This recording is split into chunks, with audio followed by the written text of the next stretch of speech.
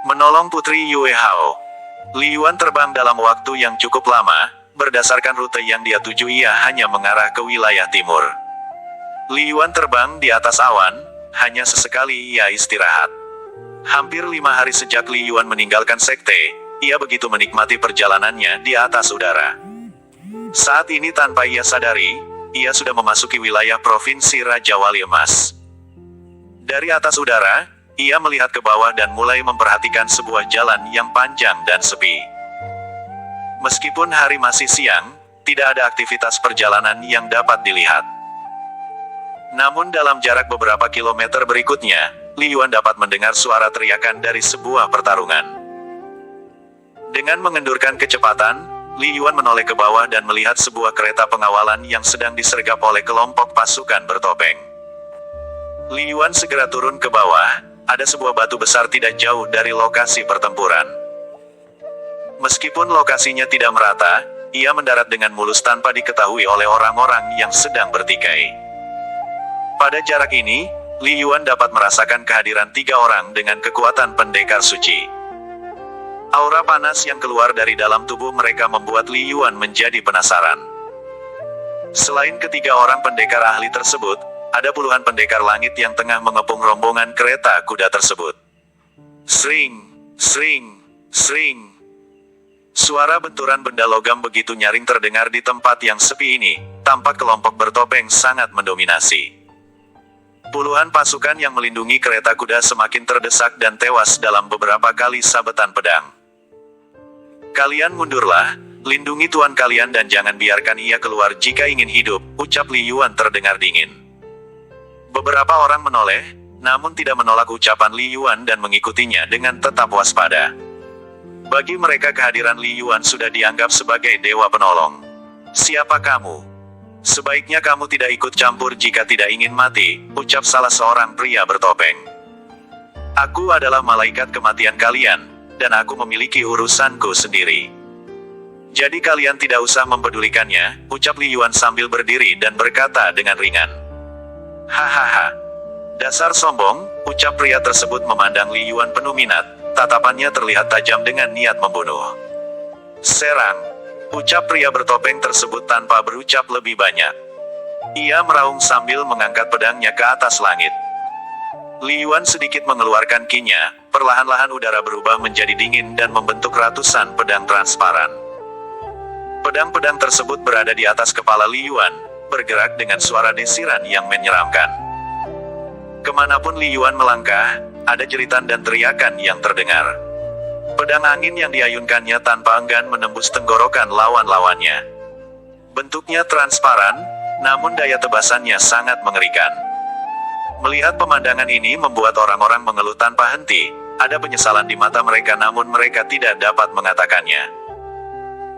Menyaksikan teman-temannya dibantai dengan sia-sia, membuat 3 orang pendekar tingkat suci mulai beraksi. Sebelumnya mereka masih diam karena beranggapan musuhnya masih terlalu lemah.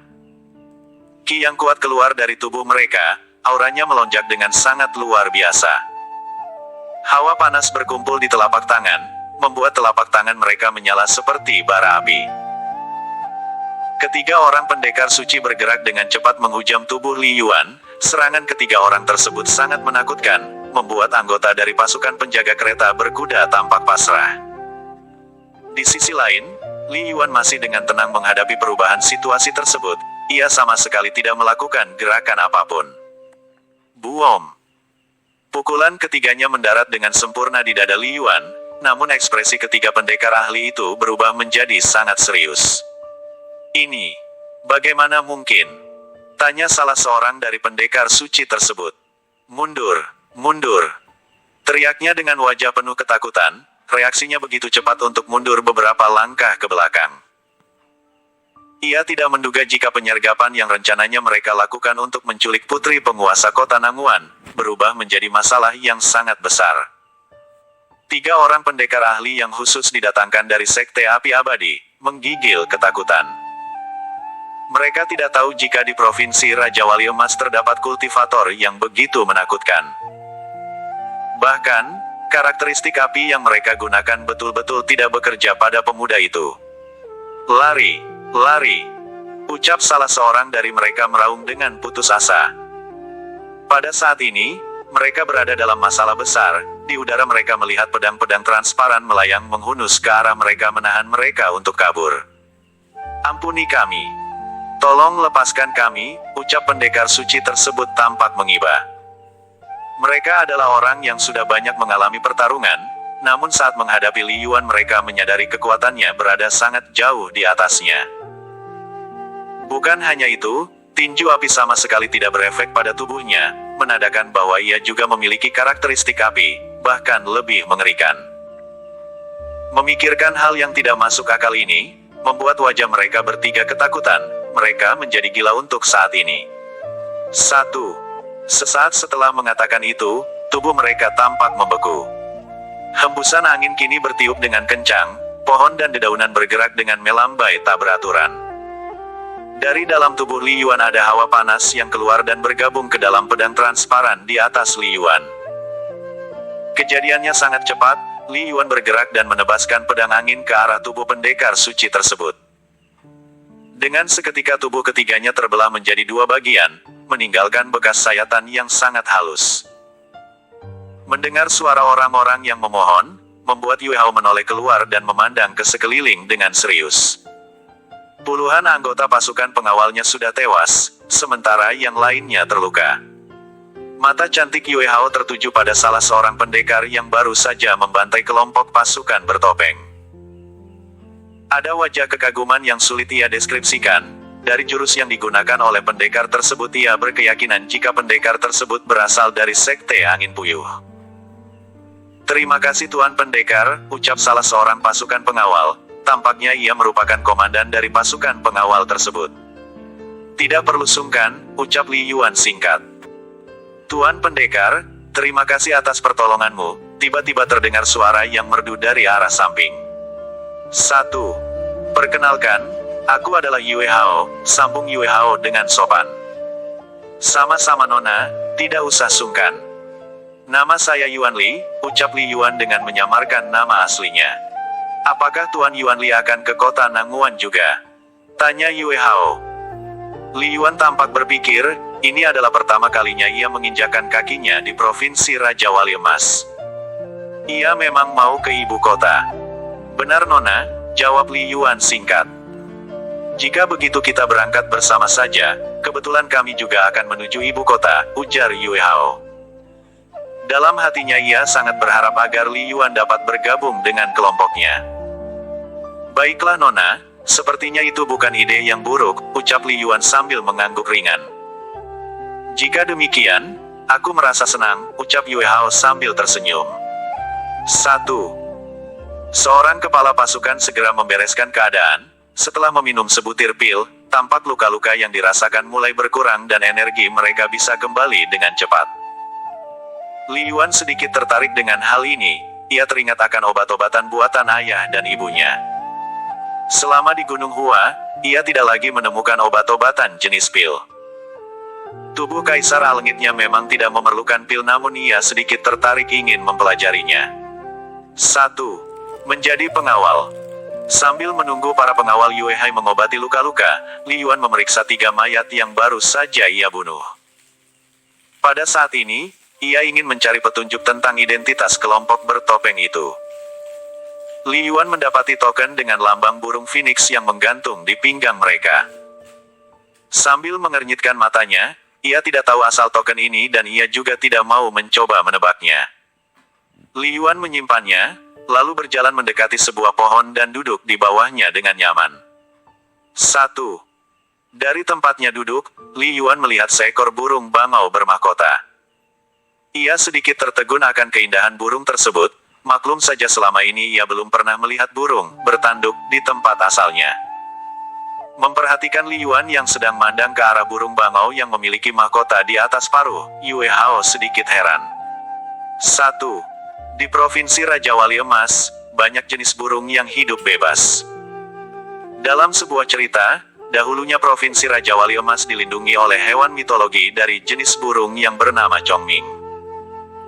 Burung tersebut diperkirakan jelmaan dari dewa yang merupakan pesuruh dari penguasa alam langit. Saat terjadi serangan hewan buas, burung tersebut berhasil mengalahkannya dan melindungi ribuan nyawa. Yue Hao menghampiri Li Yuan dan berkata, "Tuan Yuan Li, sepertinya Anda tertarik dengan burung-burung tersebut." "Iya, aku senang mendengar kicaunya. Seperti ada kedamaian di sepanjang waktu," ucap Li Yuan dengan tenang. Tuan benar, andai saja setiap kota di sini memiliki pendekar seperti Tuan maka semuanya pasti akan tercipta kedamaian," ujar Yue Hao. Mendengar ucapan dari Yue Hao, membuat Li Yuan ingin bertanya tentang banyak hal, namun ia mengurungkan niatnya. "Apakah Nona mengenal token ini?"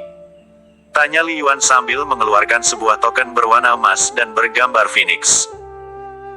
"Jika tidak salah, ini adalah token tetua Sekte Api Abadi," jawab Yue Hao tampak ketakutan. "Apakah ini milik Tuan Pendekar?" tanya Yue Hao yang mengubah panggilannya kepada Li Yuan. "Bukan, aku menemukannya dari sana," jawab Li Yuan sambil menunjuk ke arah jasad orang yang sudah ia bunuh. "Apa?" tanya Yue Hao sedikit tidak percaya. Jika demikian adanya, maka dalang dari penyergapannya berhubungan dengan sekte tersebut. Hanya saja Yue Hao tidak memahami dengan maksud terselubung dari sekte tersebut. "Jika aku boleh tahu, apa yang sedang Nona lakukan di sini?" ucap Li Yuan. "Panggil aku Yue Hao saja, aku lebih nyaman seperti itu. Sebelumnya aku baru saja bertemu dengan Pendeta Dasimin. Beliau adalah pendeta Taoyang yang tersembunyi di kota Yingjian ini," ungkap Yue Hao. "Oh begitu, pantas saja jalan sekitar sini tampak sepi," ucap Li Yuan. "Apakah kamu bukan berasal dari daerah sini?" tanya Yue Hao dengan penasaran. "Aku memang bukan berasal dari sini, aku sedang berpetualang saja," ucap Li Yuan sambil tersenyum. Namun dengan senyumnya itu saja, membuat hati Yue Hao merasakan sesuatu yang aneh. "Kamu jangan memandangku seperti itu, aku bukan hantu," ucap Li Yuan. Seketika wajah Yue Hao memerah, ucapan pria penolongnya tersebut membuyarkan perhatiannya. "Ah tidak, aku hanya sedikit lelah saja," ucap Yue Hao mencoba menutupi perasaannya. "Apakah kamu berasal dari Sekte Angin Puyuh?" tanya Yue Hao.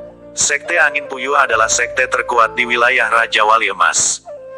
Sebagai sekte terkuat mereka terkenal dengan kultivator pembudidaya karakteristik angin. Wilayah timur dikenal dengan angin asteris beliungnya, oleh karena itu banyak pendekar ahli yang bisa menaklukkannya berasal dari sekte itu. "Bukan, aku tidak berasal dari sekte tersebut," jawab Li Yuan jujur. "Jadi, bagaimana dengan kekuatanmu yang hebat itu?" ucap Yue Hao yang semakin penasaran. Itu tentu saja rahasia," jawab Li Yuan sambil menyentuh hidungnya. Nyebelin," kata Yue Hao dengan suara manja. Meski demikian Yue Hao tidak merasa tersinggung, setiap orang memiliki rahasia. Apalagi pria tersebut telah menyelamatkan nyawanya. "Nona, kita sudah siap untuk melanjutkan perjalanan kembali," ucap seorang pria kepala rombongan. "Baiklah jika begitu, mari kita lanjutkan," ucap Yue Hao. Li Yuan kemudian ikut bersiap dan bergabung dengan mereka. Namun, Yue Hao ingin berada satu kereta dengan dirinya. Di dalam satu kereta yang sama, Li Yuan tidak banyak bicara. Ia hanya mendengarkan cerita yang keluar dari mulut Yue Hao. "Yuan Li, bersediakah kamu menjadi pengawal pribadiku?" tanya Yue Hao di tengah perbincangannya. Li Yuan terdiam, ia tidak bisa berkata-kata untuk sesaat. Melihat reaksi Li Yuan, Yue Hao lalu melanjutkan perkataannya. "Kamu tenang saja, bayaran yang kamu dapatkan sangat tinggi. Selain itu juga, kamu bisa tinggal di kediamanku." "Kediamanmu?" tanya Li Yuan dengan ekspresi kaget.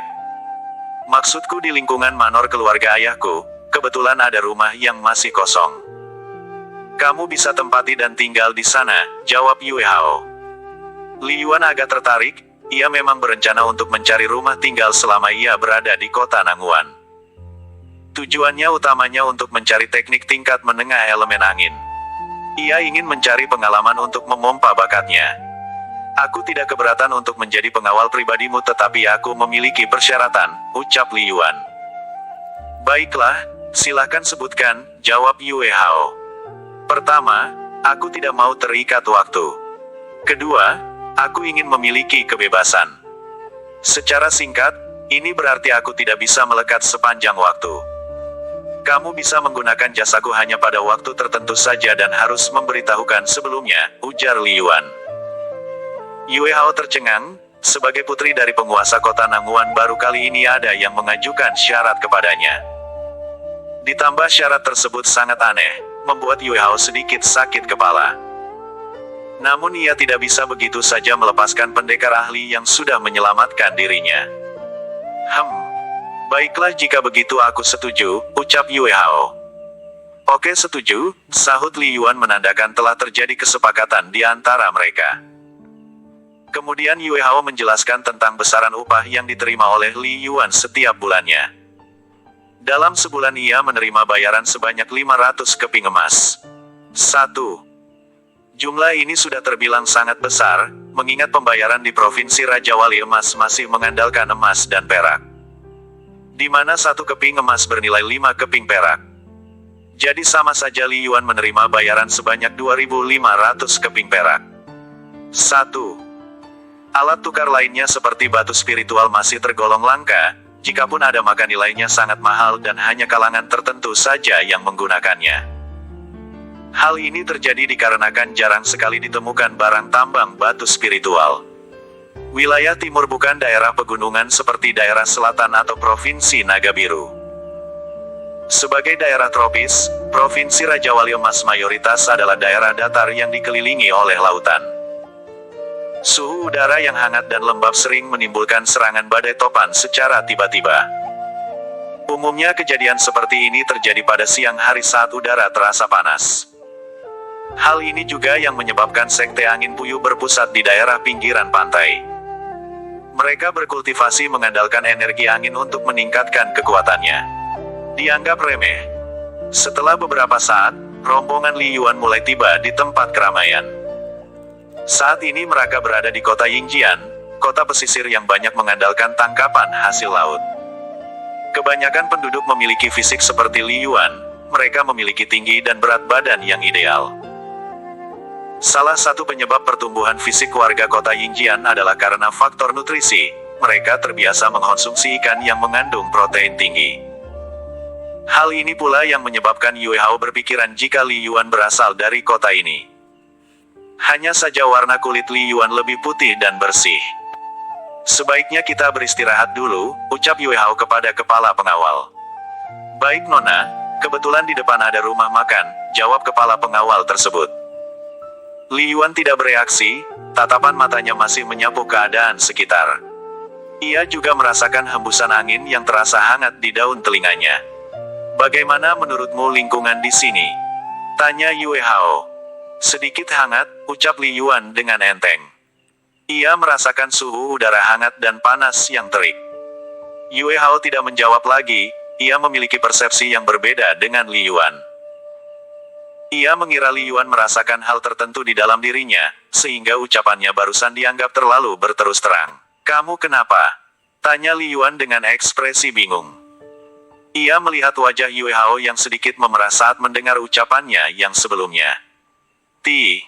Tidak apa-apa, ayo kita segera turun. Rumah makan di depan sudah terkenal dengan penyajian dan rasanya yang istimewa, ucap Yue Hao memberi jawaban. Sebagai putri gubernur ibu kota, Yue Hao mendapatkan tempat khusus di lantai 3. Sementara 10 orang pengawalnya yang tersisa berada di lantai 2. Dengan keberadaan Li Yuan di sisi Yue Hao membuat kepala pengawal menjadi lebih tenang. Rumah makan ini berada di bibir pantai, letaknya yang strategis membuat pemandangan laut bisa terlihat dengan baik. Li Yuan sedikit merasa kagum, ada deburan ombak yang menggulung. Di kejauhan terlihat perahu nelayan yang sedang berburu ikan, benar-benar suasana kampung nelayan. Pada waktu yang bersamaan, muncul beberapa orang yang menggunakan seragam sekte. Mereka adalah para pendekar yang berasal dari sekte angin puyuh. Mereka adalah orang yang ditugaskan oleh sekte untuk mengatasi serangan angin topan. Setiap harinya mereka berkeliling melakukan pengawasan. Sudah terkenal luas jika kota Yingjian sering menjadi amukan angin topan, terutama seperti saat sekarang ini yang sudah memasuki musim panas. Ada 6 orang pendekar langit yang kini menuju lantai 3. Mereka duduk tidak jauh dari meja di mana Li Yuan dan Yue Hao duduk. Li Yuan tidak menggubris kedatangan murid-murid Sekte Angin Puyuh tersebut. Ia dengan santai menikmati hidangan laut yang baru saja disajikan. Di depannya, tampak Yue Hao tidak jauh berbeda yang tampak asyik dengan makanan kesukaannya. "Apakah kau tahu siapa wanita muda yang duduk di sana?" ucap salah seorang murid Sekte Angin Puyuh kepada temannya. "Jika tidak salah, dia adalah Nona Yue Hao, putri dari Tuan Yue Fei, gubernur ibu kota," jawab salah satu murid lainnya. "Oh, pantas saja di lantai 2 ada sekelompok pengawal," sahut murid pertama. "Wanita itu sangat cantik. Aku tidak keberatan untuk mengikutinya." "Jangan mimpi kamu tidak memenuhi syarat." "Apanya yang tidak memenuhi syarat? Coba kalian perhatikan orang yang di samping Nona itu.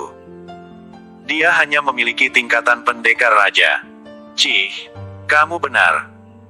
Terdengar beberapa obrolan yang sedang membicarakan keberadaan Yue Hao, dan sesekali mereka mencibir keberadaan Li Yuan. Li Yuan tentu saja mendengar semua isi percakapan tersebut, namun ia bisa menahan diri. "Kamu jangan terpancing, mereka adalah murid-murid utama Sekte Angin Puyuh. Mereka sedang berpatroli untuk menjaga serangan angin topan yang biasa menghampiri kota ini." Tiba-tiba terdengar suara Yue Hao di telinga Li Yuan. Li Yuan menghela napas. Yue Hao mencondongkan tubuhnya terlalu dekat kepada Li Yuan. Secara tidak langsung, aroma harum tubuhnya mengganggu salah satu indera Li Yuan yang sensitif. Setelah mendengar penjelasan dari Yue Hao, perasaan Li Yuan sedikit lebih tenang. Walau bagaimanapun juga ucapan murid-murid tersebut belum kelewatan, mereka juga sedang menjalani tugas dari sekte untuk melindungi warga. Memikirkan hal ini, Li Yuan kembali melanjutkan makannya dengan lahap. Pada saat ini, sebagai pembudidaya elemen angin dan air, Li Yuan merasakan sesuatu. Massa udara hangat dan lembab dari permukaan laut mulai naik dengan cepat, dan bertabrakan dengan massa udara yang lebih dingin di sekitarnya. Bahkan di atas awan, Li Yuan dapat merasakan adanya kondensasi udara akibat tabrakan dua hawa panas dan dingin itu. Dalam tempo yang singkat, suhu udara berubah menjadi lebih panas. Di antara awan putih yang berlapis-lapis, ada satu jenis awan yang mempunyai batas tepinya sangat jelas berwarna abu-abu menjulang tinggi seperti bunga kol. "Gawat," ucap Li Yuan pelan. "Ada apa?" tanya Yue Hao sedikit terkejut. "Akan ada badai topan yang sangat besar," ujar Li Yuan. "Kamu tidak sedang bercanda kan?" ucap Yue Hao sambil mengerutkan dahi. Tidak jauh dari mereka berdua, para murid yang tengah asyik berbincang tiba-tiba dapat merasakan pergerakan udara yang naik dan menjauhi permukaan. "Kawan-kawan, sepertinya kita harus menunda makan kita," ucap salah seorang murid yang paling senior. "Ayo, biar kita perlihatkan apa itu artinya kekuatan sesungguhnya," ucap salah seorang sambil melihat ke arah Li Yuan. Keenam orang tersebut lalu bergerak menuju jendela yang berada di sudut lantai 3. Lalu tubuh mereka terangkat dan melayang ke udara menuju arah garis pantai. Li Yuan sedikit mengangguk melihat kemampuan mereka dalam meringankan tubuh dan melayang di udara. Tidak jauh selepas mereka pergi, tampak awan di langit mulai berwarna keabu-abuan dan sebagian lagi menghitam dengan cepat. Di sekitar rumah makan, tampak dahan dan dedaunan mulai bergoyang dengan cepat karena hembusan angin yang semakin kencang. Mata Yue Hao terbelalak, sebelumnya ia merasa ucapan Li Yuan sedikit berlebihan. Namun setelah merasakan fenomena ini ia mulai mengerti, bahwa ini adalah masalah yang tidak sederhana.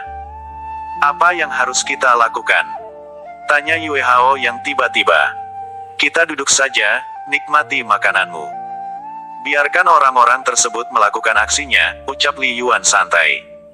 Yue Hao mengangguk pelan, namun di lantai bawah ia mendengar orang-orang mulai berhamburan panik. Sementara beberapa kultivator angin sudah bergerak di belakang para murid Sekte Angin Puyuh. Li Yuan memperhatikan anomali cuaca yang berubah dengan sangat cepat. Belum lama sejak ia berada di rumah makan ini, namun harus menyaksikan perubahan alam yang begitu luar biasa. Kekuatan kristal es. Pada saat ini, angin mulai bertiup dengan kencang. Hujan lebat yang diikuti gemuruh petir bersahutan terdengar di atas langit. Tuk, tuk, tuk. Dari atas atap rumah makan terdengar suara jatuhan batu es dengan intonasi cukup sering. Wajah Yue Hao memucat, dia sebagai orang yang lahir dan besar di Provinsi Raja Wali Emas tentu tidak asing dengan kondisi langka seperti ini. Ini adalah, ucap Yue Hao dengan lidah keluh. Ia merasakan badai angin ini tidak biasa. Badai tornado.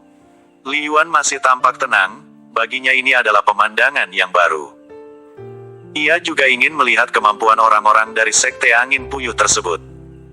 Tepat di atas garis pantai, tampak 6 orang murid Sekte Angin Puyuh sedang mengalirkan ki. Mereka seperti hendak melakukan suatu gerakan secara bersamaan. Gerakan mereka tampak berirama seperti sudah terlatih melakukan hal tersebut.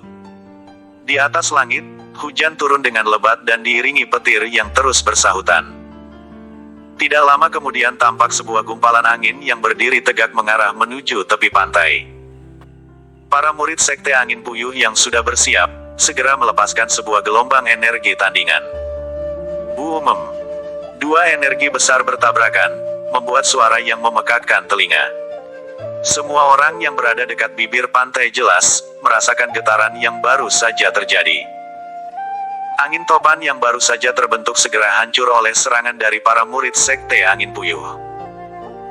Orang-orang yang melihatnya berteriak penuh kegembiraan, mereka benar-benar merasa puas dengan pertolongan orang-orang dari Sekte Angin Puyuh tersebut. Wajah ke-6 orang tersebut menjadi cerah. Sambil menghela napas, salah seorang dari mereka lalu berkata, "Kekuatan angin tersebut cukup besar, hampir saja aku kehabisan tenaga." "Tunggu. Sepertinya ada yang tidak beres," ucap seorang murid yang paling senior. "Sepertinya yang tadi hanyalah gelombang pembuka," ucapnya lagi sambil menunjuk ke arah bekas hancurnya badai topan sebelumnya. Pada saat ini ada lubang kecil berbentuk pusaran yang semakin lama semakin membesar. Ke-6 murid tersebut merasa terkejut karena hal tersebut akan menciptakan gelombang pasang yang lebih besar. Pada saat yang bersamaan Li Yuan merasakan sesuatu yang janggal. Persepsi spiritualnya menunjukkan gejala bahaya besar yang akan segera datang. "Kamu tunggu di sini, aku akan membantu mereka," ucap Li Yuan. "Bukankah sudah berlalu?" tanya Yue Hao dengan bingung. "Coba kamu perhatikan baik-baik," ucap Li Yuan sambil menunjuk ke arah di mana para murid Sekte Angin Puyuh berada. Yue Hao menolehkan kepalanya dan melihat dengan tidak percaya. Dari jarak ia memandang, ada gelombang angin topan yang lebih besar dan sangat mengerikan. Bahkan sebuah garis bercahaya terang terlihat begitu menakutkan. "Apa itu?" tanya seorang murid sekte. "Jangan banyak tanya, ayo segera kita padukan kekuatan," ucap seorang murid senior. Dalam waktu yang sangat cepat, mereka kembali mengeluarkan jurus andalan mereka. Lonjakan ki yang begitu besar kembali keluar dari dalam tubuh mereka, bahkan kali ini lebih dahsyat dari sebelumnya. Orang-orang yang melihatnya sedikit bingung, namun setelah muncul lagi gelombang topan yang lebih menyeramkan mereka baru paham. Situasi cukup mencekam, deru suara angin berputar di udara dengan kecepatan ekstrim. 6 orang murid yang berdiri di atas udara berkonsentrasi penuh melakukan serangan. Hal yang ada di hadapan mereka adalah kekuatan alam yang sangat luar biasa, mereka tidak bisa main-main. Sebuah gelombang energi yang sangat besar muncul dari gabungan kekuatan 6 orang murid tersebut melesat dengan cepat ke arah gelombang angin tornado. Boom! Sekali lagi terdengar suara ledakan yang keras di udara, membuat gelombang kejut yang sangat besar. Air laut seketika meninggi menjadi ombak yang menjadi sangat menakutkan. Di atas air, para kultivator merasa bingung untuk menyikapi kejadian ini. Mereka semua adalah kultivator murni karakteristik angin. "Kalian mundurlah." Suara Li Yuan cukup kencang terdengar dari bawah mereka. Li Yuan kini bersiap melakukan gerakan, dengan kakinya yang sudah menyentuh air laut. Ke-6 murid tersebut tercengang, namun saat ini mereka tidak ada pilihan lain kecuali mengikuti ucapan Li Yuan. Dalam sekejap, Li Yuan sudah memusatkan perhatian. Aura dingin langsung merembes keluar dari tubuh Li Yuan, ia memaksimalkan energi air. Namun tanpa ia sadari kekuatannya berubah menjadi kristal es yang bergerak dengan cepat membekukan ombak laut tersebut. Ke-6 murid Sekte Angin Puyuh menganggap tidak percaya, Mulut mereka terbuka lebar melihat pemandangan tidak masuk akal di depan mereka. Apakah ia berasal dari Sekte Beruang Es Wilayah Utara? Ucap seorang dari murid Sekte Angin Puyuh. Sepertinya demikian, ucap seorang lainnya. Kekuatannya sangat mengerikan, ucap yang lainnya bersahutan. Melihat air laut yang berubah menjadi es, sontak membuat orang-orang terkejut. Ini adalah pemandangan yang sangat luar biasa dan baru pertama kali mereka temui. Adapun Yue Hao, dia sudah tidak dapat berkata-kata. Pandangannya tertuju pada sosok Li Yuan yang kini masih berada di pinggir laut. Meskipun gelombang air sudah bisa diatasi, namun permasalahan pokok belum selesai. Petir dan hujan semakin deras, suara pusaran angin juga mendesir lebih kencang. Orang-orang dari Sekte Angin Puyuh sudah kelelahan setelah mengeluarkan energi yang sangat besar sebelumnya. Petir yang bersahutan kembali datang, membuat wajah mereka pucat pasi. Di tengah keputusasaannya, tiba-tiba Li Yuan melayang ke udara.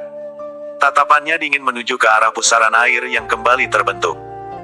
Menghiraukan keberadaan orang lain, Li Yuan segera mengerahkan kekuatannya. Udara yang mengembun di atas awan seolah tertarik oleh kekuatannya. Petir yang bersahutan beberapa kali menghujani tubuh Li Yuan. Pemandangan luar biasa ini dapat disaksikan dengan jelas oleh para pendekar langit dari Sekte Angin Puyuh. Mereka tidak percaya seorang kultivator bisa dengan santainya menghadapi serangan petir ke tubuhnya.